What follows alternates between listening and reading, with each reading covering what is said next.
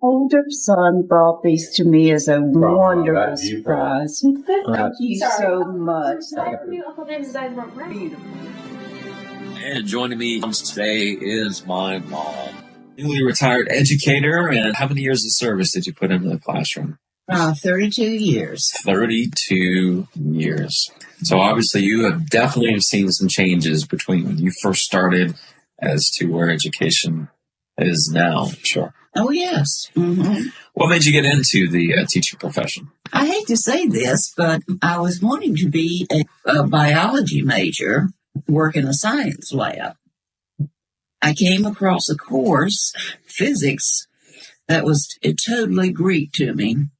And so I had to change my sources of education. And at that time, the only things that were really open to women were being a secretary, a nurse, or a teacher. About what year was this? This was 1959. So totally different time period for women. Yes, it was. I graduated from college in 1963 and with a teaching degree. My first job was in Roanoke, Virginia. I had 40 second graders. And that again, 40 second graders. 40 second graders. Now, was that typical back then? Yes, you had large classes. No doubt, because my first year, fourth grade, was 34, and that was pretty overwhelming for me at the time. So 40 second graders must have been pretty overwhelming for you, right? Well, it was a different era where the parents really supported the school and supported the children. You were expected to behave in school. I had 40 second graders, but they all behaved. And so I didn't have any discipline problems, and it was just a matter of teaching them. I got paid $4,800 a year. That's $300 a month. But, of course, my apartment rent was $50. I shared with a roommate. My car payment was $50. You know, aside from the little utilities and everything, I had money to spend. Everybody's first year experience is different. It kind of makes or breaks certain teachers. How would you define your first year experience? Was it pretty much what you expected, and was it rewarding for you for the most part? It was better than I expected. I thoroughly enjoyed it. In fact, I wondered why I was getting paid for having such a good time. And this is your first year. This is my first year. Yeah. You know, it was extremely enjoyable. Really, I look back on my teaching career, and aside from the last 2 years of teaching, I never considered it going to work. It was always going to school. But the last 2 years, it was going to work. What led to the difference? Well, I think probably the biggest difference was whenever children were not held accountable and expectations were lowered. And the children come up to the expectations that they're set. Absolutely. If you set high expectations, the children will reach it. I think we're selling our young people short by not expecting great things from them. Also, the fact that children now are not accountable. There are no consequences. In my day, you were sent to the principal's office, and it was a big deal back then. It was a big deal. In fact, I only had to send 3 or 4 children to the principal's office because I always took care of my own discipline. Boy, that was considered the end of the world almost for a child. And now, the last 2 years, they didn't care if they went or not. They became regular customers. Regular customers. And It seems like a lot of kids want to go and vent to the principal about what the teacher's doing to them. Right. In a lot of cases, and that's definitely shifted.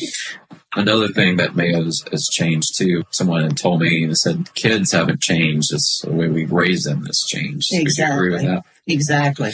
No, I think children are the same now as they were then. They want love. They want structure in the classroom. It makes them feel more secure if they've got structure and boundaries. I think that they'll crave these things in their home life as well as in the classroom. And without it, they're just floundering. It used to be, well, you can send me to the principal's office, but don't call home. And now it seems like, the kids are wanting to, well, I want to call my mom, or call my dad and set you straight, basically. Right, exactly. Prior to when you first started teaching, probably it was like you made a phone call home, you saw a difference. You know, you had a lot more parental support. Oh, yes. Yes, there was a lot more parental support. And anything the teacher said was pretty much true. Right. And, of course, not all teachers are dedicated the way they're supposed to be. Right. But I think possibly more back whenever I taught. I mean, when you get paid that little bit of money and you still enjoy your job more than anything, I felt like that is probably the most worthwhile profession that you can ever go in. What made it so worthwhile? I would stay in a certain area, like my last years. I taught 20 years in the same place. And I was able to see a teacher that became a teacher because of me. One of the children I taught who was teaching at the same school that I was teaching in, she said that she just felt like that she was kind of called to teaching. And I was one of the reasons that my classroom always felt so non-threatening and secure. And I provided a safe environment for the children where they felt like that they were important. I've seen children in 5th grade who have just lost all of their self-esteem. They did not know the multiplication tables. And I would get them after school and help them. And I taught many of the whole multiplication tables and addition and subtraction and all that. And those basic facts. I saw one girl that was one of the managers down at Home Depot. And she said that she remembered me because I really taught math. And she said she hated math up until 5th grade. And then she just learned to love it. So you definitely have left a legacy on a lot of students, and that's got to be pretty rewarding with them when you see them so many years down the road. Right. Whenever they got their own children and they stop me, do you remember me? And it's very rewarding. The 1st and 2nd graders, see, I taught from kindergarten to 7th grade and every grade in between because I like variety in my teaching.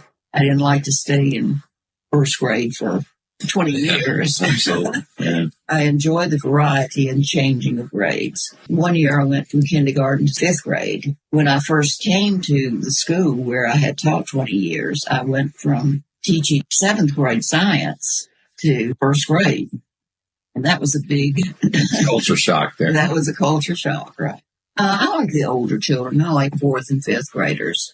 They seem so confused and everything, and it's a nice age group where they can do things, and yet they still have maintained some of the sweetness of youth. Now, you had mentioned, too, about helping kids to read in 5th grade, multiplication tables in 5th grade. And I hear even in middle school, these kids don't know their multiplication table, division, fraction, facts, and so many of them are so far behind in grading level in their reading skills. Why is this? Because we didn't see this very much when I was growing up, and certainly when you first started teaching. Right. Why are these kids so far behind, in your opinion, these days? Well, I think a lot of it has to do with setting low expectations. Some of the math programs and the reading programs, like they went through 1 year and a couple of years of having no phonics taught because they were scared to death of having a workbook page and thinking that this was going to restrict the child. So teachers, in your opinion, have a lot less freedom to teach, you think, these days? Oh, yes. We have so many more methods available to us, but at the same time, we're limited in what we can do, it seems like. Right. When a new math program comes out, it's just amazing how everybody jumps on the bandwagon and wants to desert the old. Okay, why not take some of the old, some of the new, blend it together, because you know the older parts. Because there's lots of teachers out there probably listening that have no support from the administration. What are some classroom management strategies that you found effective? Well, first of all, I think you have to choose your battles wisely and set up rules and regulations that can be kept and keep them. I think most teachers, they set up rules and regulations and then they let them slide. Yes. If they let them slide for so-and-so, and children respect fairness. I love children. I love working with them today, and even in the after-school program. I'm lead teacher there because I just enjoy being with children. And to me, they're the whole future. And why not give them the very best? Just hang on and hold on to your values, because those are the things that are important in education. If you love children and you want to see them succeed, set high expectations for them, and they'll reach those goals. Definitely been a pleasure having the woman who brought me into the world. It was a pleasure to be here.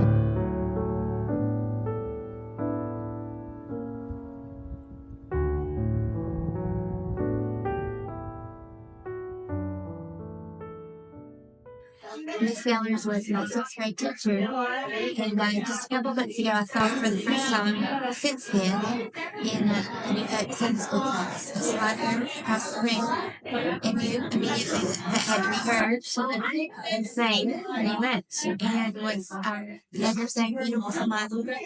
And I remember her being one of my favorite teachers out here. Really an awesome lady, and I think that to me actually became a teacher myself. So, I really miss her, and I wish for anyone seeing this and getting it to know her, and that you had, she actually was an awesome person. Will be really greatly missed.